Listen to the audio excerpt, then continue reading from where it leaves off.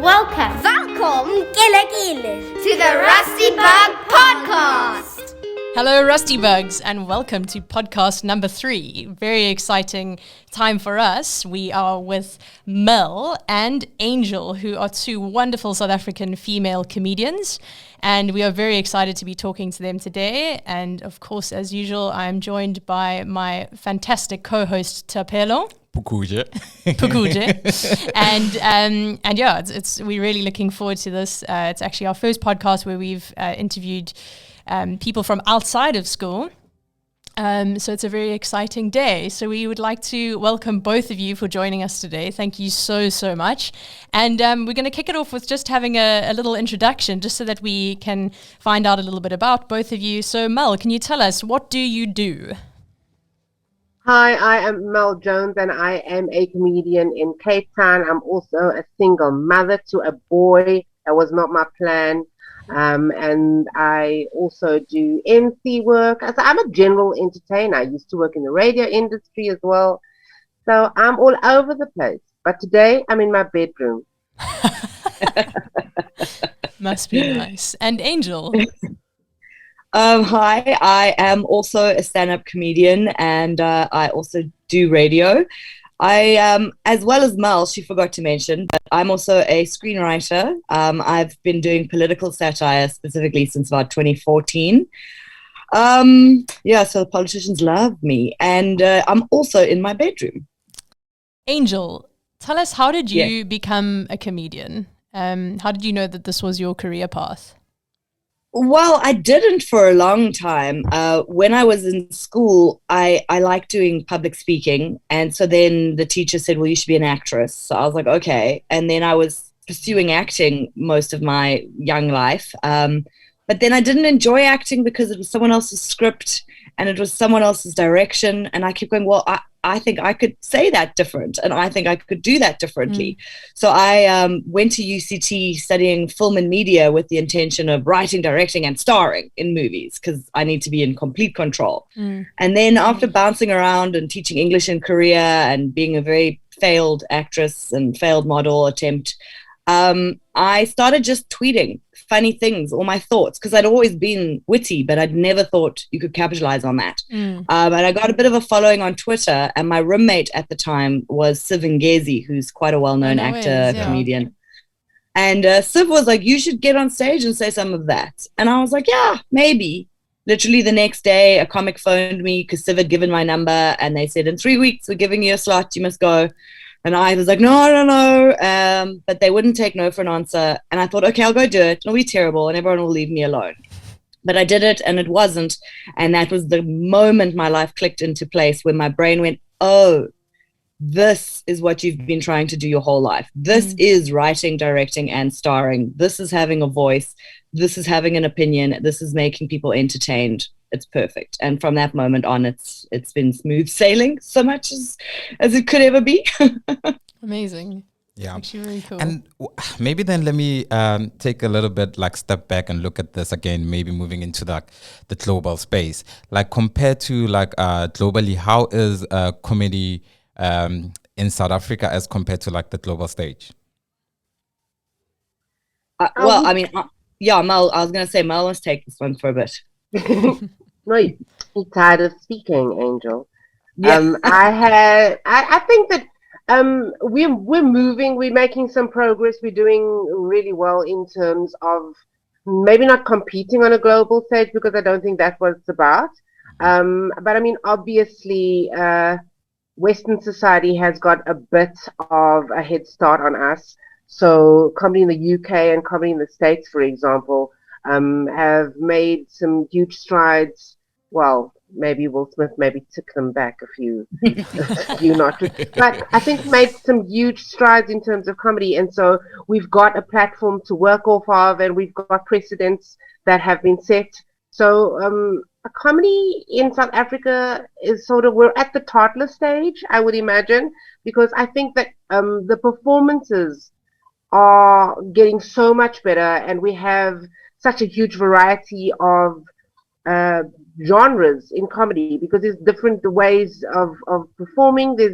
Some people are storytellers, some people are one-liners, Some people just get on stage and talk a bunch of rubbish, and they're more sort of slapsticky. And that, I think, where we are at the moment in terms of the performance stage, but in terms of the audience stage, I think there are a lot of people who haven't really, still to this day, been to see stand-up comedy. So in terms of the audience, we still have a lot of work to do, because a lot of people have watched comedy on a social media platform or on TV or videos, whatever. But to see live stand-up comedy, I think, is a very different experience. And I still think that a lot of people have not been there. And so when they do get to experience live stand-up comedy, it's sort of like a huge eye-opening experience for them. But yeah, I think that the comedy in terms of performance is a little further ahead than the comedy in terms of the audience reception of it. And what I would also add, Mel, sorry to cut you. I would also add that we're a lot better than we think we are, because I think South Africans in general have a pretty sharp sense of humor. I think our country is able to laugh at ourselves a lot more than other countries. And as a result, like Mel says, our performance level is a lot higher than you would expect, given how new the South African comedy industry is. And whenever I travel internationally, I'm always underwhelmed by the level in America and in Canada and wherever, because you expect, oh, well, they've got such an established industry. All these people are going to be brilliant. But the average South African comic can hold their own anywhere because, our level is actually a very high globally. And so actually with you saying that, it ties in with our next question in terms of what contribution do you think comedians can make in our society, obviously, especially in South Africa? I don't know who wants to answer that one. I think that comedians in general, not even just on a stage, we look at things differently. So when we're going through some hardships as a country, as a human being, lockdown, for example, was a prime example. When people are going through some tough things, comedians tend to look at things differently. So I think it's almost therapeutic in a sense, where we have a different perspective on things because we look at things from where's the joke in this. So it's almost like we get through things, I wouldn't say better, but because we sort of shift the focus to where's the joke, what can be funny in this, it takes a bit of the sting out of whatever we're going through. Oh, for sure. And I think when we do bring that to the stage, we sort of bring a different perspective, so it's almost easier for people to see things differently as opposed to the doom and gloom. Yeah, no, for sure. Absolutely. Definitely. And also you can make some important statements when you're wrapping it up in laughter. So, you know, people don't want to be lectured about race inequality, but a lot of comics, myself included, even Mel, in all our own ways, we address that. We address that from personal, self-deprecating, funny ways, so that audience members go, wow, I never thought about privilege in that light. Maybe I will internalize some of that instead of just being told where your knee jerk is to defend your own ideals. Yeah, for sure. Okay, cool. I think the next one, I just also want to again take it back to when you were growing up and you were watching whether movies, TV, or whatever that was around at that time. You know, who was your role model, or what inspired you to move into comedy? Go, Angel.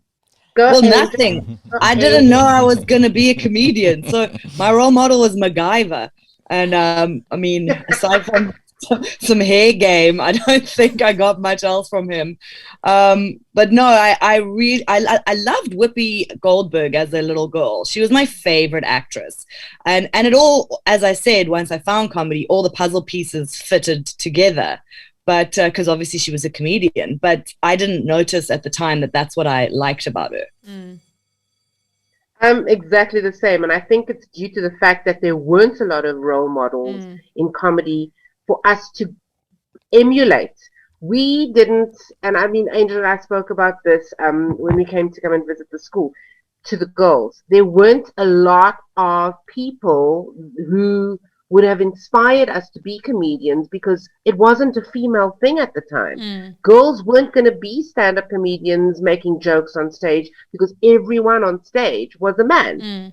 There were only male comedians when I was growing up that we were watching. And I mean, even locally, Eddie Eckstein, Al Debo, those were all men. So, yes, we did have some funny female actresses. So those we could have kind of, which is why I think understandably Angel would have gravitated towards acting. But because there wasn't a lot of stand-up comedy that we could have watched from females performing on stage, it wasn't necessarily a career option for us. I was the funny kid at school. I was the class clown. And when I was at work, it was the same thing. And people always used to say to me, "Oh, no, you're wasting your time here at this job." And I said, "I know." But there wasn't anywhere to go until I came across a comedy workshop in Woodstock. And I went to go and spend a few weeks there just observing. And then they said, "Well, you can't just sit here and watch. You've got to bring some material." So the very next week, I took 5 minutes and then got booked for my first open mic slot, and sort of the rest is history. But if it wasn't for that, I don't think that careers in comedy would have even been a thought for me. So I'm grateful for the fact that I was in the right place at the right time, doing the right thing. Otherwise, I might not even have found comedy, or comedy might not have found me. Yeah, well, I mean, it's funny that you actually went into that side of the question regarding, feeling, how many kind of female inspirations were there, or because that was actually one of the things that we wanted to ask. And I don't know if, Angel, you want to answer this one, but, Mel has touched a bit on how, how it is to be a comedian in a female comedian in a male-dominant I don't know if you want to call it a male-dominant profession, or type of trade sort of thing. And how has that been for you? Like, what challenges have you faced that you could almost also probably give as a little bit of an inspiration, or as some notes and pointers to a young child that's also wanting to go into this profession? Yeah, absolutely. Well, all to echo Mel actually was one of my inspirations, but again, I hadn't really seen stand-up until I started, and then I hunted for other women. Mel was one of the women's trailblazing at the time that I very much took cues from: how she dressed, how she performed. And even to this day, if you look at all the registered comics from the most recent Comics Choice, female comedians make up less than 10% of the local industry. Sure. And it's interesting because when a woman is on stage, or when any comic is on stage, the entire crowd is agreeing that that person is currently the alpha in the room. That person has the opinion, that person has the right of speech. And it is sometimes difficult for a crowd to give that over to a woman. So you have to demand it. And there's different techniques. I mean, Mel does it with her heels and her prowess, and she just has this energy. I do it in a slightly disarming, self-deprecating way, so that people go, "Oh, we can laugh at her. Okay, we're no longer feeling like she's a threat." So there's different techniques, but I think that as a female comic is something we've all had to consider, because it's not so much the other comics, it's audiences who aren't sure they want to watch a female on stage. And that is something that it's going to get better and better. So young girls, it's changing. There's so many more women out there who are really internationally changing the industry. Just in the 5 years of the start of my career, people used to say, "You can't be a comedian. You don't look like a comedian," and whatever that means. And then I would say, "Okay, whatever." And then after about 5 years, I'd say I'm a comic, and people go, "Oh, I love Amy Schumer." And suddenly Amy had exploded, and people had a frame of reference for a white girl who was like generic looking, that wasn't just like whatever. Yeah, for sure. So as the world evolves, there's going to be more and more comics that are helping crack public perception open. But the only thing that any girl comic can do is to just stand in their own personality and their own power, because you can take cues from other women, but until you're being your true authentic self, it's no one's going to buy it. Yeah. Okay, lovely. I like that. Maybe let's go to Mel now. Mel, Lauren is a mother of a beautiful daughter. How old is your daughter now? It's 14 months. 14 months. 14 months. We're still in the month phase. That's so cute. It's actually so funny that you're about to say that, because I've only just started, because I only actually ever say that she's a year. Yeah. And someone said to me the other day, "Oh, that's so nice that you just say a year and that you don't say the months." And now this was actually one of the first times I've actually said the months. Do you know why? Do you know why I actually realized why people say the months? Okay, I mean, obviously there's some people that still say that, you know, their child at the age of 10 is like 365 months or whatever it is. But, you know, so it's, I actually realized, I think it's just because, you know, the developmental stages is so crazy at this age that there's a big difference actually between 12 months and 14 months, you know. Because like if you say they're one, then, you know, and then people probably look at you like, oh, your child's one, they should be walking, they should be talking, they should be doing this, you know. But if they know that they're quite early in the first But I think also year, like 14 is bigger than 1, you know, like when you give it 14, it's quite very different. But thanks for putting me in my place. Like My 10 daughter's months. one. Anyway, really where I was going with this question, Mel, is, Yes, we started talking about my son's 300 months old, by the way. Summer one day is probably going to be like 6, 7, 8. She comes home, she says to Lauren, "Mom, I think I know what I want to be. I think I know the space I want to occupy. I want to be a comedian." How do parents support their children when they speak about occupying a space that's mostly male dominated, and I think in South Africa it's not as big as it is globally? Like, how do you support your child as a parent? I think I was very lucky because I had very supportive parents, and my mother was a creative. My mother used to sing and dance, and she performed on stage. She was in a choir, so she had that creative side of her, so she knew what it was like and what joy it brings to be able to explore that creative side. So I want to do the same for my son, or if I had a daughter, I would absolutely do the same for her as well. I think that it's important for kids to have a passion and for parents to support them exploring that passion. Whether it becomes a career or not, I think is something to determine down the line. But it's important to find something that brings you joy, whether it's comedy, whether it's singing, whether we've seen some idols though, maybe not all of you should be singing. So it depends on where you are. Just brush over that. I didn't say that. Nothing sensitive yet. So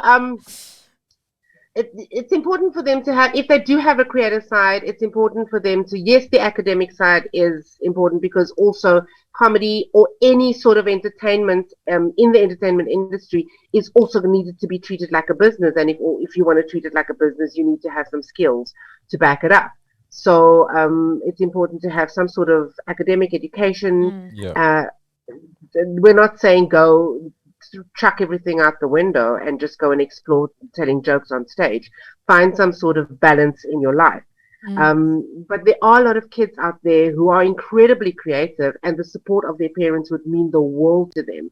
I know that my brother, for example, is incredibly academic, and he now appreciates the fact that I do comedy, because he saw it as a waste of time initially. And now he's living in Abu Dhabi and he could watch me online during lockdown. And he was completely astounded, because it's one of those things that you don't actually get until you experience it. And you watch your kid on stage and you go, wow, my child's actually quite good. And there's this heartwarming feeling. But obviously, it's a bit of a struggle to get into the industry, and there's a lot of competition. So you have to keep at it. And if you are passionate about it, you have to keep going and get through whatever struggles there are in order to make it to a comfortable space where you're able to either support yourself or do it as a side thing while you have. Well, a lot of us started that way. We started doing comedy while we were working elsewhere. And then comedy became a little more lucrative, so we can drop the elsewhere. And Angel has, she sort of touched on this earlier. when she introduced herself. She now does screenwriting, as I also did, and I also starred in. We both did starred in a TV series which was shot for SABC2. So, and we were on the writing team for that as well. So it does open doors in other parts of the industry. But yeah, I would say support your kid, if nothing else, just to kind of see them find the joy in exploring their passion. Absolutely. I mean, especially in the arts or, any theatrical thing or, live performances and stuff. I think that, I know you guys will agree with me, is that it is such a passion driven thing. You genuinely love what you do. It's that, that saying like, if you do what you love, you never work a day in your life type thing. And it is, but it's, it is obviously also, it's a risky, thing. I mean, I always know that, when I wanted to be a musician, everyone always says to, we'll have a backup plan, make sure that you have a backup plan. And, it's just, and then, you chat to people that didn't choose the creative side, and, you kind of see how, not jealous, but, you can see that they can't, relate to that passion and that love that you have for something that you do. And it is a really, it's a really beautiful thing, and it's just amazing to share that with people as well, and to have those moments together and stuff. On the flip side, Lauren, they can't relate to our passion, but we can't relate to having like a nice big house and a safe bank account. For sure, exactly. we might have laughter, music, and creative blood, but. Yeah, that's about it. Yeah. At least we can make jokes about not having that. To what Mel said, I just want to add practical things for young children. If they are, sorry, I have a puppy and a cat, and they're screaming in the background because they're playing. How many months old are they? 4 months old tomorrow. Are they walking? But yeah, he's walking. He's dragging a cat by his head right now. But anyway, you can cut that interruption out. Just to add to what Mel said, what all the advice getting into comedy, it also applies to slightly older people there, because young kids who are still in high school or primary school level are obviously not going to really be able to go to gigs yet. But what they can do practically is joining Toastmasters. I'm sorry, my cat. Shush, you two. What they can do practically is join a Toastmasters, get used to public speaking, because you often see new comics, their biggest flaw, what they have to work through is the fear of the public speaking and the nerves. So if a kid can practice Toastmasters and those kinds of things, or even just stage performances, joining a theater company or something, working through that will be a practical way to, when you do start to be old enough to go to real comedy clubs, to not have the initial nerves, I would say. And reading, because you have to be able to tell stories. You have to craft a narrative as a comic. So reading just creates that naturally in your brain. Lovely. Sure. I think we can call it a wrap now. But just before we do that, let's speak about where people can find you on social media and your next performances and so forth. No. Yeah, Mel Jones comic on Instagram and on Twitter, and Mel Jones on Facebook. And I post all of my upcoming gigs usually on social media, because, people who want to watch you usually go and check you out on social media. Also, happy birthday for tomorrow, Angel. Thank you. It's more importantly, it's my puppy's 4 months birthday. So. And you are how many months tomorrow? I actually did just look it up, because I'm going to make a joke about it tomorrow. And I am 468 months tomorrow. 39. All right. So my social media is on Twitter is where I'm most active. It's Yes Really Angel. On Instagram, it's just Angel Campey, because they told me putting my name would be more likely to get a blue tick, but they lied. Still fighting for that. And then on Facebook, it's also just Angel Campey. Yeah, and I also post my upcoming gigs there. You can also catch me on air. I do the Smile Drive on Smile 90.4 FM weekdays from 3 to 6. Amazing. Thank you so much for joining us today. I really, really enjoyed this chat, and it was so wonderful to. I feel inspired, actually, and it was just really lovely to just hear about your love and your passion and your trade and all those sorts of things, and just and also just as such powerful women in South Africa. Actually, it was actually really great to listen to you today. So thank you so much for joining us, and I think you're going to inspire a lot of our Rusty Bugs listening to this podcast. And thanks to my epic co-host. There's another one in the bag. Thank you very much, ladies. I really enjoyed this one. Thank you very much for your time. I also feel very inspired. I just wanted to ask Mel, when you said you were working and you really, and this is like something off the recording and all of that. When you said you were working, were you not perhaps working at a school? Because I feel like maybe I should be a comedian as well. Like maybe I'm in the wrong space. I was working in retail. Oh, okay. And it doesn't matter where you're working. If you've got them funny bones, you've got them funny bones. And that's the beauty of it. A lot of people don't discover this until later in life. So the only way you know is if you get on stage and you do your open mic slot and the audience reacts. And that's the beauty of comedy. Actually, comedy, you don't know. Some of us think our jokes are hilarious and we go, no, this is going to kill. And we get on stage and it doesn't. So that's the only way you're going to find out if you're funny or if what you've got to say is going to be received well. Tapelo, I think you need to stick to your day job. Wow. Oh.